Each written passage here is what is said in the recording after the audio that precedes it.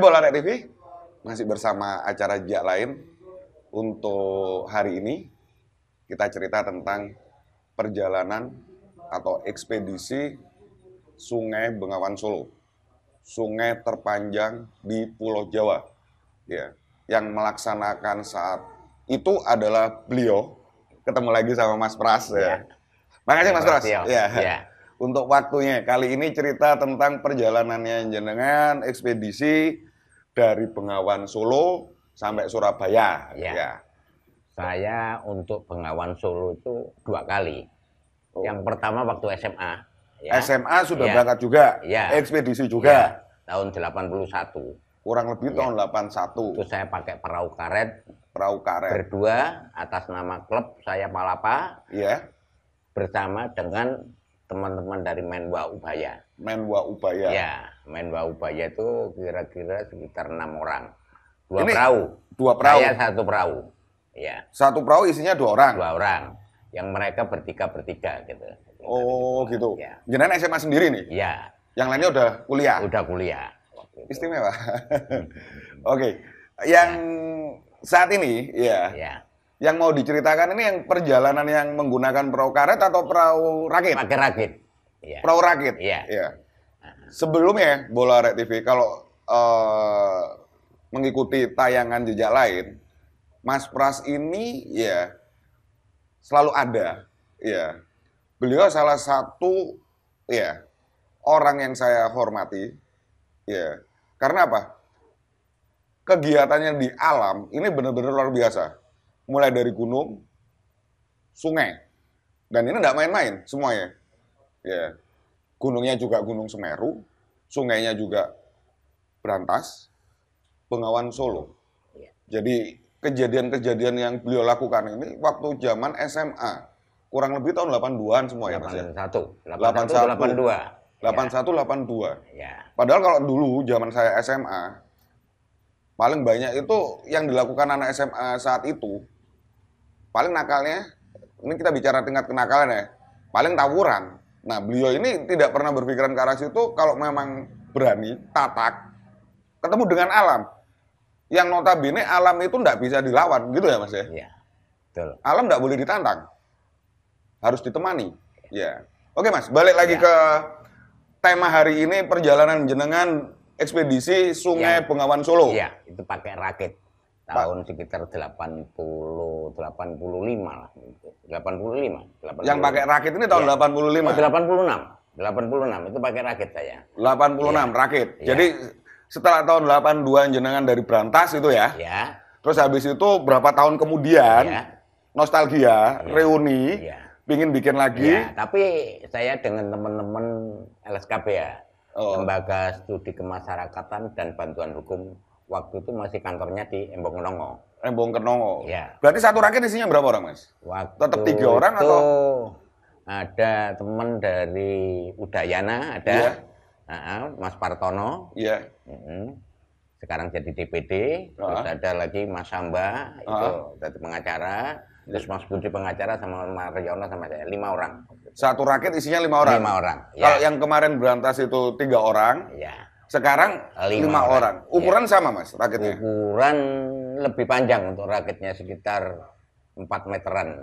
Panjangnya 4 meter? Kali 2 meter sekitar gitu. Itu saya model ada pemecah arusnya waktu itu. Ada pemecah arus ya? Iya. Iya. Pemecah arus? Iya. Rakit ada pemecah arus? Iya. Itu bikinan sendiri? Bikinan sendiri. Waktu itu kita berangkat sama-sama. Iya. Ke Solo, kita berangkat. Startnya itu Solo? Startnya Solo, Taman Juruk. Taman Juruk? Taman Juruk Solo. Iya. Finishnya? Finishnya Ujung Pangkah. Ujung Pangkah. Ujung Pangkah itu Gresik? Gresik, iya. Berarti ketemu apa ini? Pantai atau? Sebelum pantai. Sebelum pantai sudah finish? Iya. Itu kurang lebih tahun 86? 86. Waktu penyusuran, waktu ekspedisi berapa lama Mas? Sekitar 6 hari. 6 hari? 6 hari. Sama, pagi, siang, sore, malam, jalan terus? Iya. Kita jalan, kadang-kadang ada yang perlu, ada yang tertarik, ayo coba minggir, kita cari. Kan banyak, jadi dari Udayana mungkin dia mempelajari masalah, kan kita dari Bantuan Hukum, ada yang ngurusi masalah pertanahan, kira-kira masalah pasar. Oh, gitu. Ada waktu itu Berarti tujuannya macam-macam ini ya, Mas? macam-macam. Ya. Iya. Oke, ya. Kalau saya mikirnya waktu itu Bengawan Solo ya asik gitu kayak pariwisata. Start awalnya gitu ya? Saya pribadi, ya. Tujuan awalnya cuma ini bagus untuk pariwisata, cuma itu aja? Pariwisata. Karena saya kan pernah ke Bengawan Solo tahun 81 itu. Yang awal itu 81 itu. Dari tahun 81 dan 86 itu ada perubahan kontur ya? Kontur sungainya ada nggak, Mas? Ada. Ada ya? Nanti bisa dijelaskan ya? Iya. Jadi dalam arti tidak istilahnya keindahannya bagus yang 81. Indahnya sungai, alaminya masih bagus 81. Tahun 81. Iya. 5 tahun berikutnya 86. Ya, sudah berkurang, tapi masih bagus. Ya. Seandainya Bengawan Solo itu katakanlah dipelihara dengan baik, start dari Solo ini ya, dari Curug Solo ini ya. Itu akan bagus sekali kalau untuk menarik wisatawan untuk wisata. Oh, bisa jadi destinasi tersendiri, tujuan tersendiri untuk wisata. Ya, paling nggak itu bisa jadi devisa buat daerah, gitu ya, Mas? Iya, betul. Ya mungkin bisa jadi perhitungan tersendiri buat mungkin di sini nanti ada yang melihat dari pihak pengelola pemerintah daerah. Apa yang disampaikan Mas Pras bahwa kontur Sungai Bengawan Solo meskipun ya tiap tahun itu berubah karena pengalaman dari Mas Pras tahun 81 dan tahun 86 ya. Ini ada perubahan tapi tetap bagus ya, Mas? Tetap bagus. Jadi masih ada sisi eksotis. Iya, betul. Ya, sisi eksotis ini tiap daerah pasti berbeda ya, Mas ya? Beda. Yang dilalui oleh Sungai Bengawan Solo. Iya. Ya. Jadi Bola Rek TV, ya. Ini nanti kita diskusi bukan diskusi, ya. Nah, wong Jawa ngomong jagongan sama Mas Pras, berbagi cerita pengalaman beliau menyusuri Sungai Bengawan Solo, ya, menggunakan rakit. Ya. Yang dimana ukuran dimensi rakit itu sendiri ukuran 4 meter kurang lebih 2 meter, ya. kali 2 meter. Ya. Dimana saat itu rakit sudah dilengkapi dengan pemecah ombak ya, Mas ya? Ya. Yang saya tuh nggak mudeng, nggak paham. Perhitungannya gimana ya, Mas? Ya. Kok bisa jadi pemecah ombak? Kalau pemecah ombak kan berarti ada rumus. Karena waktu itu kalau kita bikin kotak, itu kalau nentang arus pastinya dia nggak akan secepat kalau ada pemecah ombaknya. Ya. Posisi lincip untuk yang depannya. Oh, posisi depannya lincip untuk mecah ombak. Iya. Jadi arus sungai itu lebih mudah untuk itu. Dan memang itu fungsinya bermanfaat sekali ya, Mas, dengan bermanfaat. Ya. Model rakit seperti itu ya. Jadi lancip depan ya. Iya. Iya. Jadi benar-benar luar biasa ya. Saat itu Mas Pras bersama tim membuat rakit ya yang dilengkapi dengan pemecah ombak. Lancip di depan. Ya. Itu bikinnya di mana, Mas Pras? Di Taman Curug. Berarti juga sama dengan cerita Brantas ya? Saya di lokasi Taman Curug. Ya. Ya. Di lokasi baru dibikin? Kita bikin. Ya. Dengan konsep tidak ada paku-memaku? Tidak ada. Kita pakai tali temali semua. Tali temali semua? Iya. Ya. Dan diisi oleh 5 orang? 5 orang. Kalau yang di Brantas 3 orang? Dari Udayana ada. Ya. Dari UNER ada, dari UNMER ada. Oke. Ya. Oke, Bola Rek TV. Ya, yang tadi disampaikan Mas Pras, kali ini perjalanannya adalah menyusuri Sungai Bengawan Solo, start dari Curug Solo. Ya. Curug Bengawan Solo yang posisi di Solo, finish di Ujung Pangkah, Gresik. Ya. Oke, Bolo. Kita ikuti lagi ya setelah iklan lewat dulu. Oke, jos.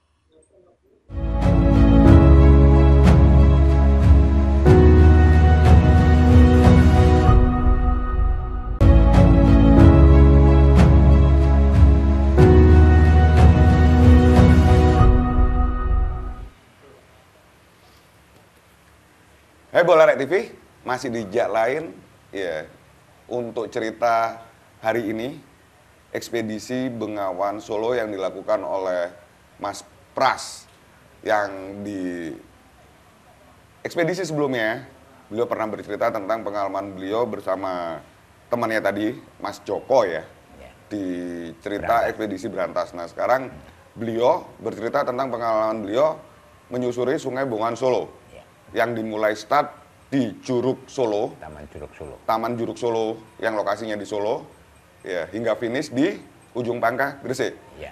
Oke Mas Pras, kita lebih dalam ya. Iya. Jadi, oke, raket udah dibikin, ya, langsung masuk ke Sungai Berantas di Bengawan Solo. Sungai Bengawan Solo ya, Sungai Bengawan Solo di Taman Juruk. Ya, itu posisi waktunya pagi, siang, sore atau malam? Perjalanannya Dicemplung noi. Pagi sekitar jam 10 pagi. Jam 10 pagi. Iya. Ya, 10 pagi Mas Pras dan tim mulai berangkat menyusuri. Iya. Oke. Del teko Solo. Nah, pengalaman Mas Pras, ya. Ini dari Solo yang Mas Pras lihat, ya. Atau teman-temannya Mas Pras yang berlima itu, ya. Mungkin ada pengalaman lain, ya, selain daripada yang Mas Pras tahun 81. Yang sudah pernah waktu pakai perahu karet ya. Oke. Pengalaman apa Mas tahun 86 ini? Saat nyemplung. Kita penyusuran Bengawan Solo selalu mengambil saat banjir. Saat air pasang. Saat sungai pasang. Iya. Kelebihannya apa Mas? Kenapa itu? Kalau air pasang untuk arusnya kan lebih bagus. Jadi lebih mengasihkan. Lebih seru. Iya, lebih seru. Iya. Kenceng kan berarti Mas? Iya. Debit air naik, arus juga kenceng lah. Iya. Oke. Berarti secara otomatis yang diharapkan Mas Pras, laju perahu ini akan lebih cepat. Iya. Iya. Oke.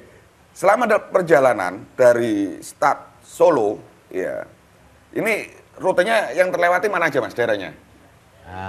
Kita melewati Sragen, Bengawan Solo, Sragen. Sragen. Akhirnya sampai ke Ngawi, Bojonegoro. Ya. Ngawi, Bojonegoro. Babat, oke. Terus akhirnya ke Sembayat, Ujung Pangkah. Kurang lebih waktunya selama 6 hari. 6 hari. Oke. Kita cerita dari start Solo, Sragen. Kondisi sungai gimana Mas? Mungkin arusnya, kedalaman atau gimana? Mungkin bisa Untuk kedalaman pastinya dalam lah. Pastinya dalam. Untuk kedalaman Bengawan Solo sudah tidak diragukan kedalamannya. Arusnya juga besar. Jadi waktu itu kita melewat Kedung Srengenge. Itu jadi antara Solo Sragen itu ketemu Kedung Srengenge atau? Kedung Srengenge, daerah Sragen itu. Daerah Sragen ada Kedung Srengenge. Iya. Keistimewaan Kedung Srengenge apa ini Mas daerahnya? Itu kalau menurut cerita Joko Tingkir itu kan bajunya kan di situ. Buayanya Joko Tingkir peristiwa dulu. Iya, tempatnya istilahnya berkumpulnya buaya itu kan di Kedung Srengenge gitu. Cuma kita melihat bahwa di situ asiknya ada kedung pusaran air. Pusaran air. Iya. Itu jelas Mas? Jelas. Waktu itu masuknya jam berapa? Kurang lebih pagi, siang, sore, malam? Siang? Iya. Berarti dengan mata sendiri bisa nyata ya Mas? Bisa. Kelihatan muter. Bisa. Kita merasakan, kita mencoba juga. Perahu rakit itu kita masukkan ke situ, kita rasakan. Jadi ketarik betul. Di Kedung Srengenge ini? Iya. Oh gitu, jadi pusarannya emang kuat banget ya Mas? Kuat. Itu antara Solo sampai Sragen? Iya. Lokasi dari Kedung Srengenge? Jadi malam kita jalan, apa? Pencurian kayu jati. Berarti sini ada pencurian kayu jati banyak. Itu di daerah mana Mas? Daerah antara Solo Sragen. Solo Sragen, saat itu? Iya. Jadi Mas Pras itu istilahnya bisa jadi ngeliat sendiri yang namanya pencurian kayu jati di malam hari ya? Iya, jadi banyak kayu jati yang istilahnya di Kintirno lewat Bengawan Solo, nanti ada yang nampani. Ada yang nerima? Oh gitu. Jadi proses pencurian istilahnya digeraji, del. Iya, dimasukkan sungai, itu dinaiki kayu jatinya. Dan itu malam hari? Malam hari. Berarti, nyun sewu, bisa jadi iring-iringan? Iya. Opo, numpak kayu jati. Misalnya yang dicuri 20 kayu jati juga 20 ada orangnya semua itu, Mas? Enggak, tapi waktu itu cuma satu gitu. Enggak langsung bersamaan orang banyak. Oh gitu. Pencurian kayu jati. Ya, jadi perjalanannya Mas Pras, ya, ini dibarengi secara nggak sengaja Mas Pras bisa tahu pencurian kayu jati zaman segitu yang dilakukan oleh oknum. Ya, melalui proses baratnya kayu jatinya ini dipotong, kemudian dilempar ke sungai dan dinaiki. Iya. Di mana nanti di suatu tujuan tertentu, ini akan ketemu orang lagi yang nerima. Ya, istilahnya tengkulaknya ya. Nanti ya pokoknya dikumpulkan lah mungkin ya. Di mana tiap gelondongan kayu jati ini satu orang, Mas, yang mengemudikan. Iya. Dikemudikan oleh satu orang. Tahun 86 itu Bola Rek TV. Jadi luar biasa ini ya, pengalamannya Mas Pras. Lanjut Mas Pras. Ya. Terus habis gitu kita sempat mampir di daerah Ngawi, tempatnya Trinil. Trinil? Iya, jadi ada museum Balung Buto. Namanya Museum Balung Buto, di daerah Trinil, Ngawi. Ini nggak jauh dari Bengawan Solo atau gimana? Ya, samping Bengawan Solo. Oh, samping Bengawan Solo? Iya, kalau kita minggir ya tempat itu ada ketemu, ya. Itu di daerah Ngawi? Daerah Ngawi. Keistimewaannya apa, Mas? Dari kontur sungainya, mungkin arusnya apa ya, istilahnya kenceng, pusaran air, atau gimana? Atau keistimewaannya ya, dilala tempat itu dekat dengan Museum Trinil, gitu ya? Kita memang sebelumnya kita sudah mendata. Oh gitu. Ya. Jadi kita mendata bahwa nanti kita melewati daerah Trinil. Rakit kita inggirkan.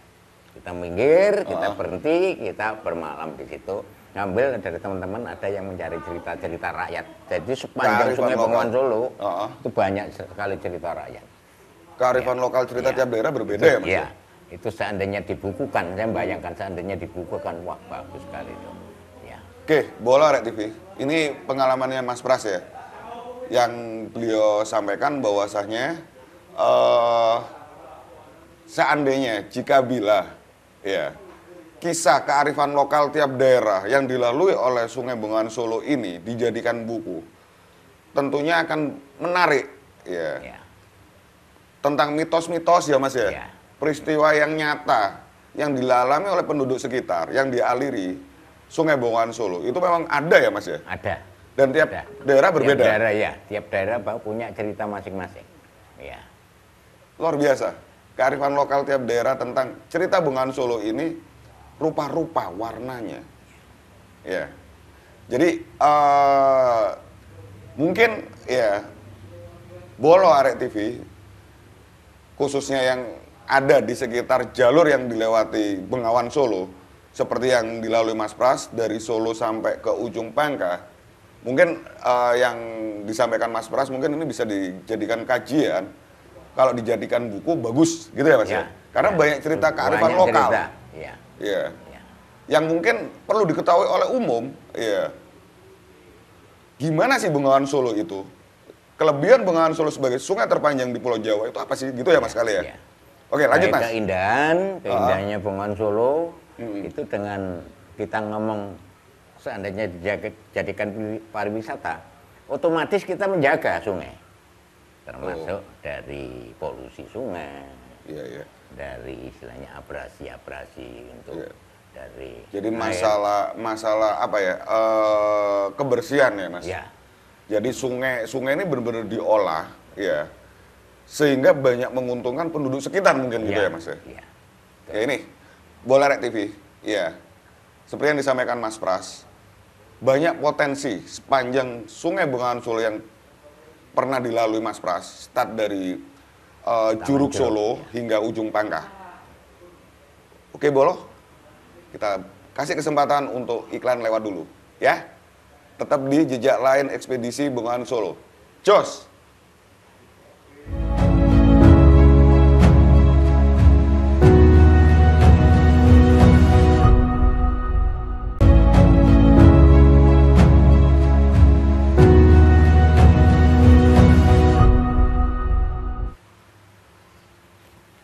Hai Bola TV, terima kasih masih di Jalain untuk ekspedisi Sungai Bengawan Solo, masih bersama Mas Pras. Oke Mas Pras, kita lanjut lagi ya ceritanya tadi dari proses Juruk Solo, Sragen, Ngawi, di mana dari ke museum Trinil Ngawi. Oke.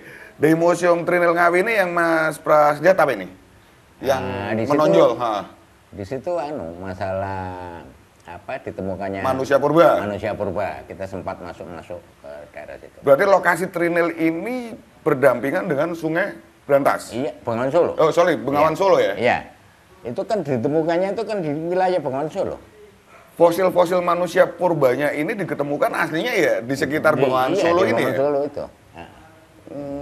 Ya, luar biasa. Jadi penduduk. Jadi saya baru tahu ya bahwa ini ceritanya Mas Pras di sebelah di daerah Ngawi, lebih tepatnya Trinil. Memang saya dengar ada di situ museum Trinil, museum manusia purba yang ada di Indonesia. Ya. Nah, ini dari infonya Mas Pras bahwa Trinil ini lokasinya berdampingan dengan Bengawan Solo. Ya. Dekat banget ya Mas? Dekat. Dan fosil ini ditemukannya juga di sekitar Bengawan Solo ya, di sungainya ini. Iya, di sungainya itu. Luar biasa Bolo. Bahwa manusia purba dulu juga berarti intinya Sungai Bengawan Solo ini sumber kehidupan. Jadi istilahnya kalau manusia kan tidak jauh dari air. Iya. Di zaman manusia purba Bengawan Solo itu sudah ada berarti. Oh iya, wonten. Iya. Berarti kan begitu. Ya, oke, lanjut Mas. Trinil Ngawi. Ya, oke lanjut. Perjalanan dari Ngawi Bojonegoro. Ya. Perjalanan dari Ngawi Bojonegoro biasa saja. Cuman waktu itu kita kebetulan pengen mampir daerah Padangan. Oh ya, ada Bojonegoro, Padangan itu antara Bojonegoro sama Cepu. Bojonegoro sama Cepu. Iya, itu kan ada jembatan. Setelah itu ada Padangan. Kita mampir di situ, kita makan di warung. Kebetulan waktu kita makan ternyata ada yang nyetelkan musik anak buta. Oh, anak buta. Iya, ibu itu kita tidak tahu kalau itu buta. Jadi ibu itu minta tolong bagaimana caranya anaknya bisa sekolah. Karena anaknya itu sering istilahnya sambat ke ibunya. Sering mau melakukan bunuh diri karena dia merasa paling susah waktu itu. Oke. Ya. Jadi pas di daerah Padangan, Bojonegoro, Mas Pras berhenti bersama tim untuk setelah istirahat, tahu-tahu ada yang nyetel musik ya. Dan dilalai yang nyetel musik itu beliaunya buta. Saya tidak tahu kalau buta. Ibunya yang sambat saya. Ibunya cerita ke Mas Pras. Bisa nyarikan sekolahan untuk anak buta. Ada. Kebetulan tante saya tuh waktu itu kepala Yayasan Anak Buta seluruh Jawa Timur di Janti Malang. Saya sanggupi, insya Allah. Nanti sepulang saya dari penyusuran sungai, coba nanti saya hubungi ke Malang. Nanti jangan saya kabari, saya bilang gitu. Ya. Itu yang peristiwa yang berkesan ya sama Mas Pras saat di Padangan itu, Bojonegoro. Jadi banyak kisah ya Bola TV, di mana Mas Pras bersama tim berlima menyusuri Bengawan Solo dengan berbagai macam tujuan. Yang kebetulan di sini Mas Pras hadir di sini menyampaikan bahwa tujuannya itu simpel. Bahwa Sungai Bengawan Solo ini sebetulnya banyak manfaat kalau bisa digali. Sangat bermanfaat. Selain daripada memang kontur sungai, yang sampai detik ini mungkin masih eksotis. Kalau kita berani untuk menyusuri, dan cerita-cerita kearifan lokal yang terjadi, di sepanjang perjalanan itu ya Mas ya. Jadi kembali lagi cerita Mas Pras ya. Kalau yang saya tahu selama ini di buku sejarah bahwa Sungai Bengawan Solo ini erat sekali dengan cerita tentang setelah runtuhnya kerajaan Mojopahit, di mana ada kerajaan Demak sebagai negara Islam pertama, kerajaan Islam yang ada di Pulau Jawa. Nah, salah satu lalu lalang petinggi-petinggi kerajaan adalah melalui Sungai Bengawan Solo yang menghubungkan dari Jawa Tengah, Jawa Timur ke Jawa Tengah. Jawa Tengah ke Jawa Timur, Jawa Timur ke Jawa Tengah. Betul. Oke,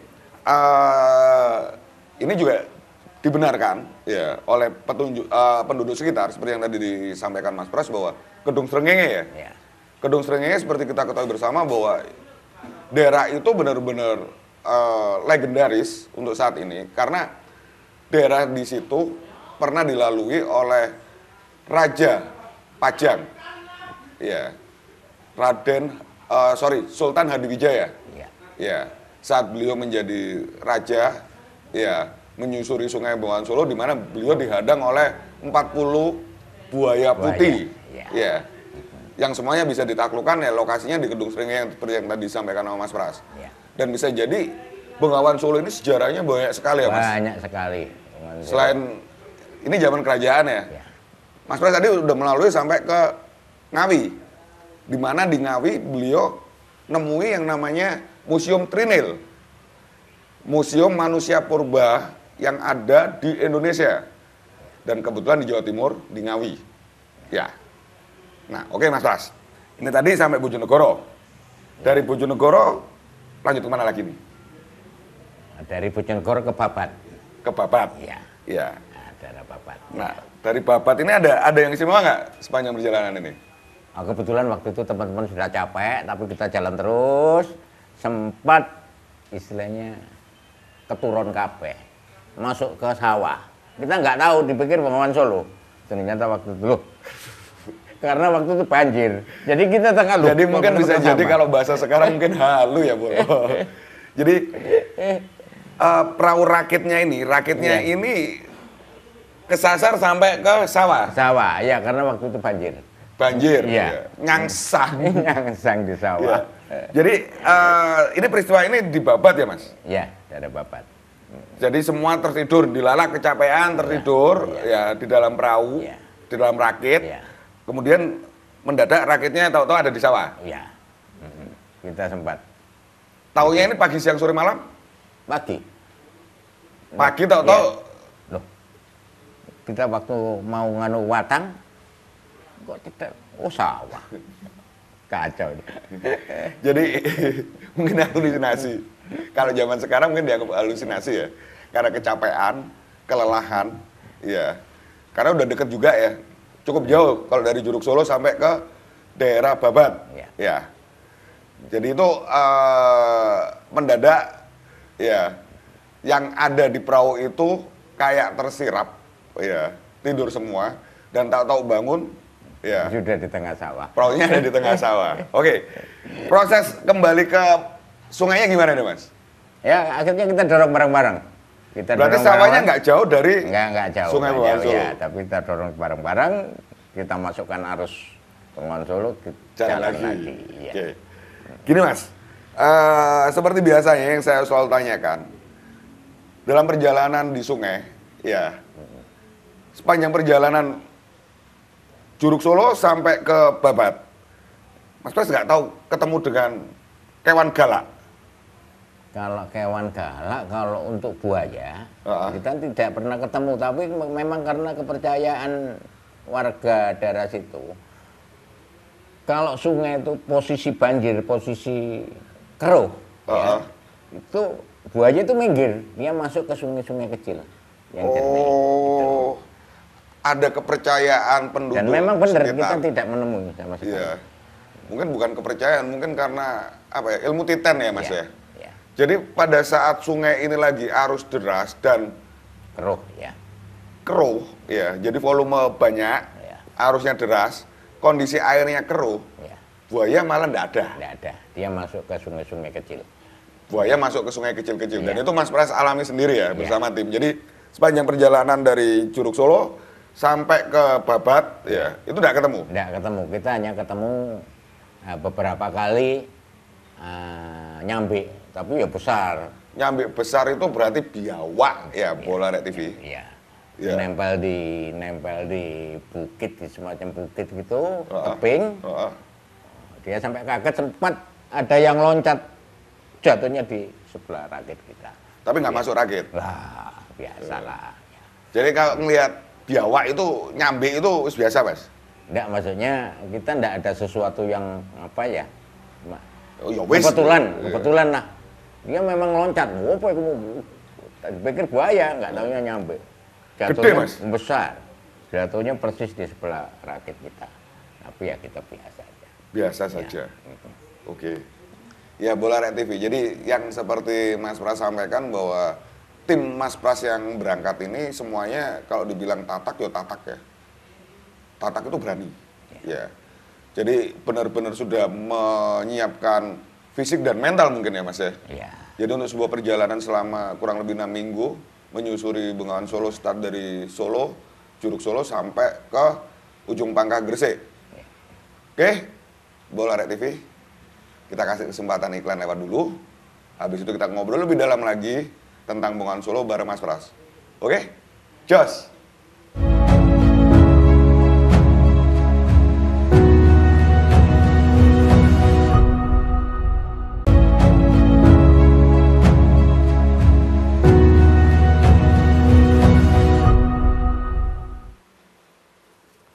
Ya, terima kasih Bola Rek TV masih bersama jejak lain di ekspedisi Sungai Bengawan Solo dengan Mas Pras. Oke, seperti yang tadi disampaikan Mas Pras, perjalanannya cukup cukup variatif ya, mulai dari Curug Solo hingga tadi ketemu di Babat ya. Oke, dari Babat Mas Pras, ya ini kan sudah berarti udah masuk Jawa Timur ya. Iya. Mungkin Mas Pras bisa ingat ya perbedaan kontur sungai ya. Iya. Antara Bengawan Solo Jawa Tengah dan Bengawan Solo Jawa Timur, ini mungkin ada perbedaan yang khas. Iya.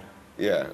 Kalau untuk dari Taman Juruk sampai wilayahnya Jawa Tengah sampai hampir Bojonegoro itu. Cepu Iya, Bojonegoro iya, ya perbatasan, iya, oke. Itu cenderung ke bukit-bukit, tebing-tebing, banyak tebingnya, banyak hutannya. Oh, perjalanan dari Curug iya. Solo sampai antara Cepu Bojonegoro Iya. itu sekelilingnya, Iya. kiri kanannya itu banyak bukit, Tebing. tebing. Tebing sama hutan. Ya.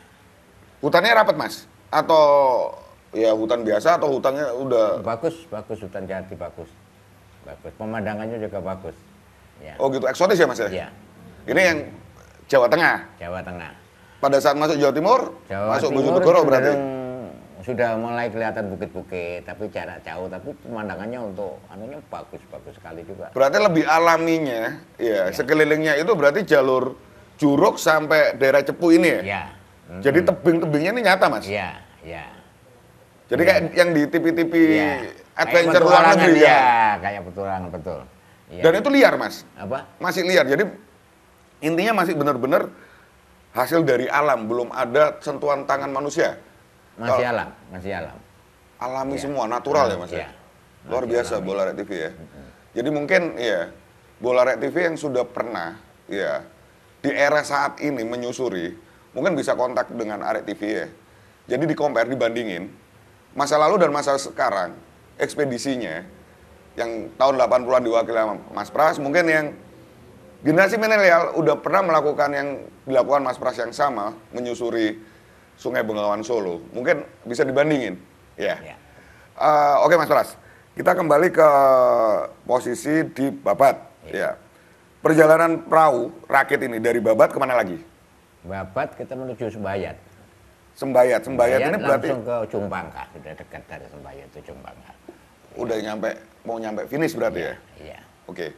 Dari Babat ke ujung Sembayat. Sembayat ini kalau saya tahu tuh Gresik ya. Iya, Gresik, ya betul. Dari Gresik nggak jauh ujung Pangkah. Iya, iya. Kita Selesai. finishnya di situ, ya. Ya, finish. Iya. Ya. Oke. Sepanjang perjalanan Mas Pras yang tadi saya dengar dari Mas Pras ya. Dari Curug ya. Selain Kedung Srengenge, Iya. mungkin Mas Pras pernah dengar daerah mana lagi yang kearifan lokalnya istilahnya mitosnya itu lebih kuat gitu loh, yang akhirnya bisa berpengaruh dalam perjalanan Mas Pras. Yang terkuat waktu ya Kedung Srengenge itu karena ada kedungnya itu. Ya, Itu selain cerita asiknya di situ. Karena arus putaran arus. Nah, sepanjang perjalanan sampai ujung Pangkah nggak ada lagi kedung-kedung lagi nggak ada. Enggak ada. Ya harus biasa, enggak begitu. Cuma pemandangannya bagus semua. Sampai finish itu bagus. Ya. Yang ekstrim memang di Kedung Srengenge ini. Ya berarti emang benar ya, Bola Arek TV. Cerita zaman dahulu yang saya tahu, mungkin bolo-bolo Arek TV juga pernah dengar, kisah Joko Tingkir yang pada akhirnya menjadi Sultan Pajang. Ya, di mana Keraton Pajang, Kerajaan Pajang ini ya hasil ya atau merupakan kerajaan Islam setelah Demak yang menjadi cikal bakal Mataram Islam. Dari cerita Mas Pras ini, ya Sungai Bengawan Solo bisa jadi merupakan sungai atau menjadi sarana penghubung ya di masa lalu dari daerah ke daerah. Bener. Ya. Bener. Jadi mungkin kalau dulu mungkin belum ada mobil, yang ada kuda. Kuda pun hanya dimiliki oleh istilahnya pejabat tinggi ya. Istilahnya orang pembesar kerajaan yang punya kuda. Nah, rakyat biasa mungkin ya seperti yang tadi Mas Pras sampaikan, sarananya adalah getek, ya.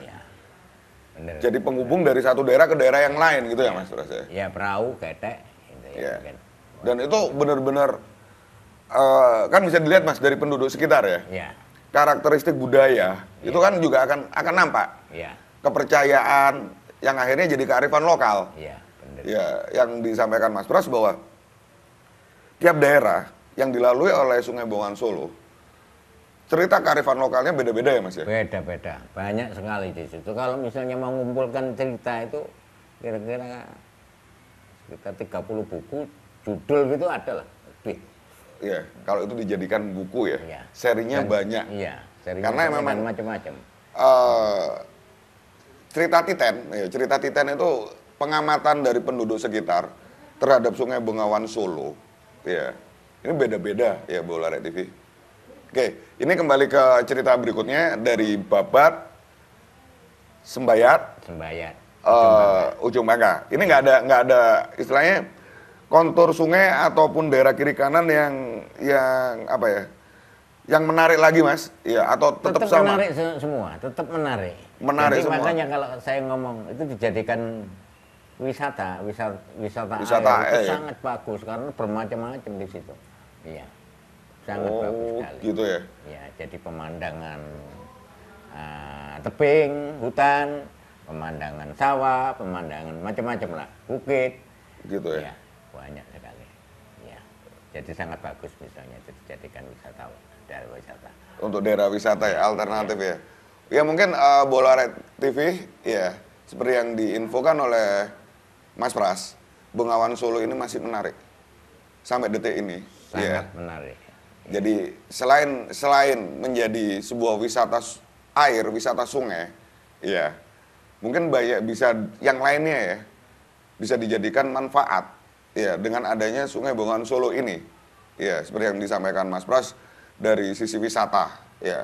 Nah kalau kita bicara wisata tebing, ya, dengan adanya 11 sungai ini luar biasa, nggak kalah dengan luar negeri. Jadi ya.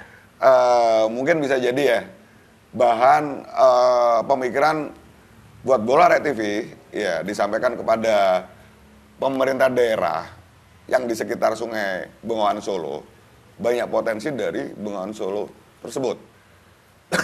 Ya. Balik lagi ke cerita Mas Pras ya. Selama perjalanan berarti yang ketemu itu banyak biawak ya Mas ya? Banyak biawak. Ular? Ular 1-2 lah. 1-2. Nggak spesifik gede gitu nggak ya? Ya ada yang lumayan 1 lengan gitu adalah. 1 lengan? Ya segini gitu adalah. Ini posisinya di air atau di darat Mas? Di tebing.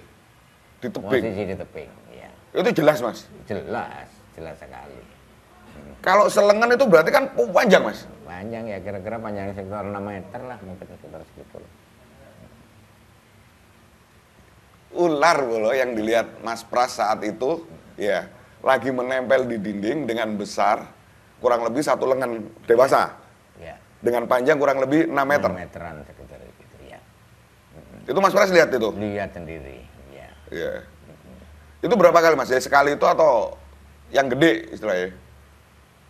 yang sebesar itu cuma 1 kali, yang lain biasa lah. Biasa. Itu nggak ada yang di air, Mas, di darat Kalau semua? yang di air kecil-kecil, tapi ular air ya. Ular air ya biasa lah. Oh, ada juga yang di air? Ya, banyak, Tapi nggak sampai masuk rakit? enggak. Oh, ada, pernah ada. Tapi ya kita inggirkan gitu aja. Nggak masalah? Enggak masalah. Sedangkan di daratan juga sering juga? Sering, kalau di bukit itu, yang nempel bukit itu. Oh. Ular yang lumayan gede ya, 1 lengan itu. Satu yang Mas Pras lihat ya? Iya. Oke. Bolo, ini tadi yang disampaikan sama Mas Pras. Jadi selain biawak, ya, ada juga ular yang nempel di bukit. Yang gedenya 1 lengan, kurang lebih panjangnya sekitar 6 meter. Cukup masuk akal, karena memang kalau daerah itu kan jarang terjamah oleh manusia ya, Mas ya. Iya. Jadi populasinya Masih tidak belum, terganggu. Oke, Bolo, kita nanti cerita lagi ya. Kita kasih kesempatan, iklannya lewat dulu. Jos.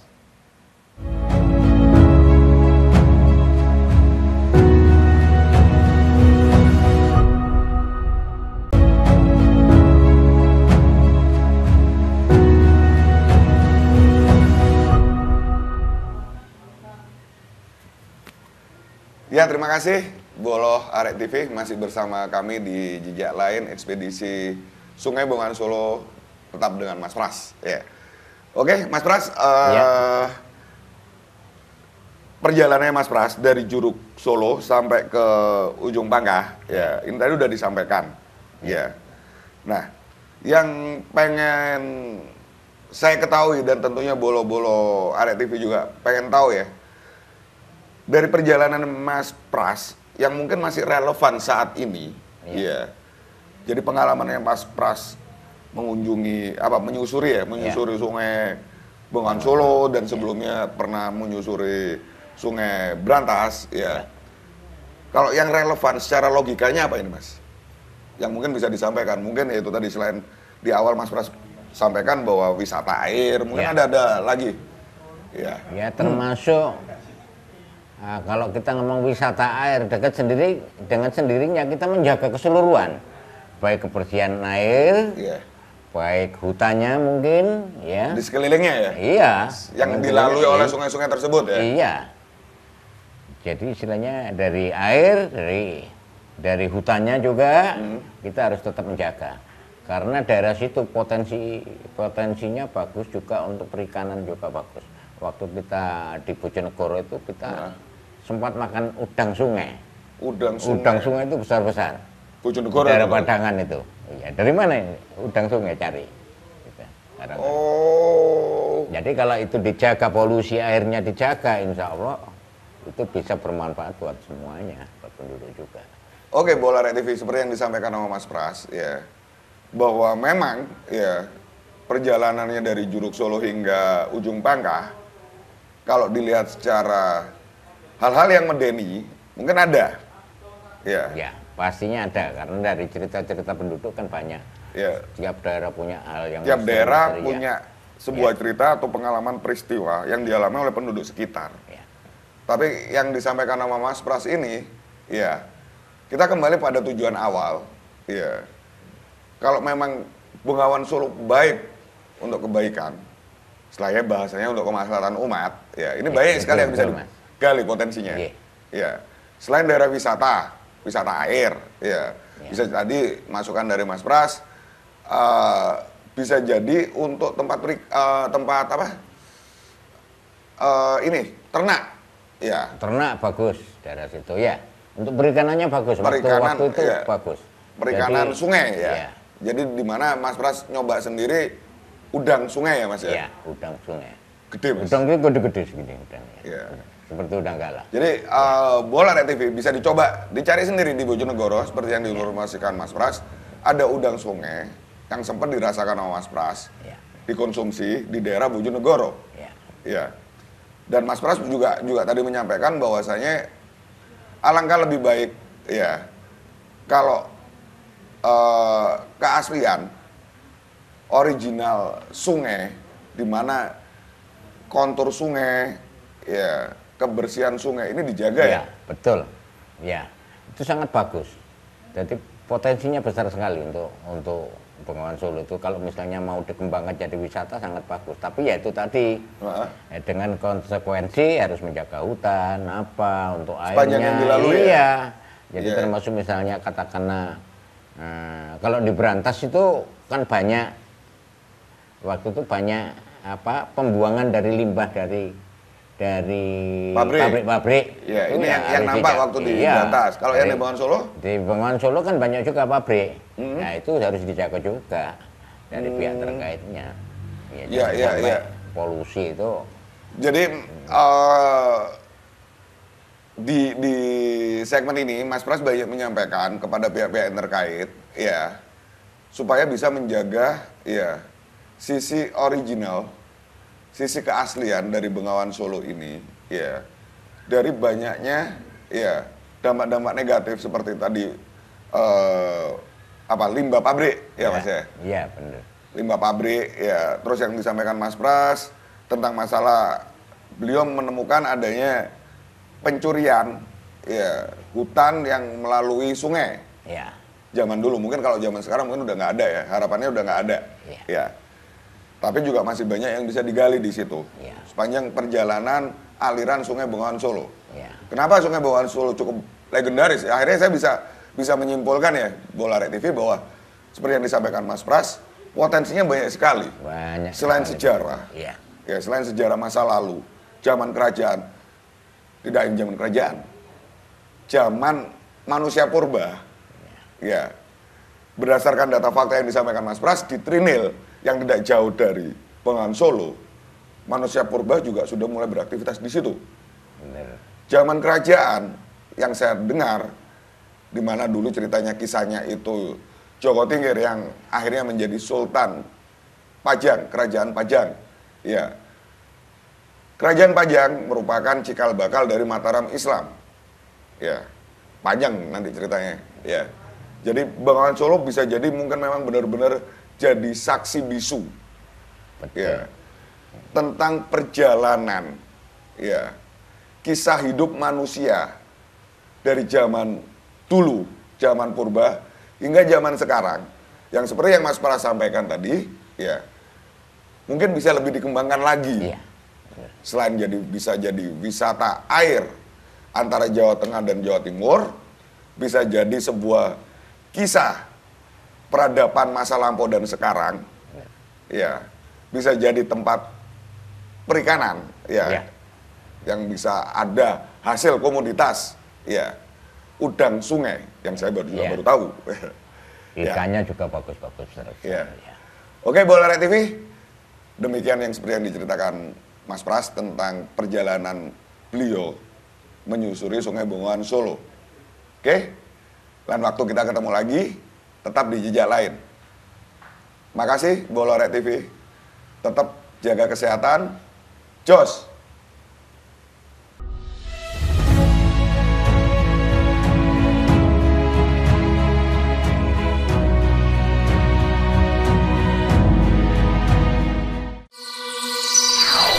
TV